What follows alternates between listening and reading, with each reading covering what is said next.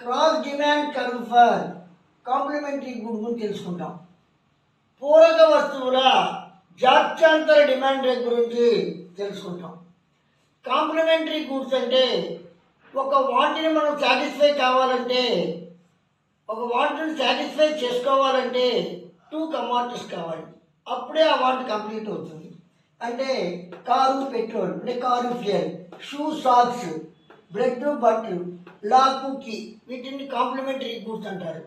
ఈ complementary goods విషయంలో ఒక కమాడిటీ యొక్క ప్రైస్లో చేంజెస్ వస్తే వేరే కమాడిటీ యొక్క దానికి సంబంధించిన రిలేటెడ్ గుడ్ యొక్క కమాడిటీలో డిమాండ్లో చేంజెస్ వస్తే దాన్ని మనం cross demand for complementary goods అంటాం.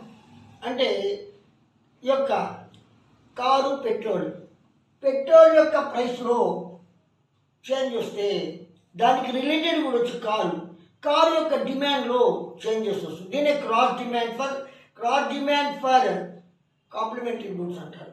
ఈ cross demand curve for complementary goods అంటే ఏంటి? ఇప్పుడు ఫ్యూయల్ యొక్క ప్రైసు, అంటే పెట్రోల్ యొక్క ప్రైసు నీకు తగ్గితే, డిక్రీజ్ అయితే నీకు కార్ల యొక్క డిమాండ్ ఇంక్రీజ్ అవుతుంది. ఎందుకంటే పెట్రోల్ యొక్క ప్రైస్ ఎప్పుడైతే తగ్గుతుందో అందరూ ఎక్కువగా కార్లను కొనుగోలు చేస్తారు, కార్లను పర్చేజ్ చేస్తారు, కార్ల యొక్క డిమాండ్ పెరుగుతుంది. ఫ్యూయల్ యొక్క ప్రైసు డిక్రీజ్ అయింది, కార్ల యొక్క డిమాండ్ నీకు ఇంక్రీజ్ అయింది. ఈ రెండింటి మధ్య ఇన్వర్స్ రిలేషన్షిప్. అందువల్ల cross demand curve for complementary goods slopes downward from left to right. కాబట్టి cross demand curve for complementary goods slope downward from left to right. It has a negative slope. ఇక్కడ price వచ్చి fuel P నుంచి P వరకు decrease అయింది, కార్కి వచ్చేసి demand Q నుంచి P వరకు ఇంక్రీజ్ అయింది. ఈ రెండింటి మధ్య నెగటివ్ ఇన్వర్స్ రిలేషన్షిప్ ఉంది, నెగటివ్ స్లోప్ అని చెప్పి చెప్పచ్చు. పూరక వస్తువుల యొక్క జాత్యాంతర డిమాండ్ రేఖ. పూరక వస్తువులు అంటే ఒక కోరిక తీర్చుకోవాలంటే 2-3 వస్తువులు కావాలి. Car, petrol, shoe socks, cup saucer.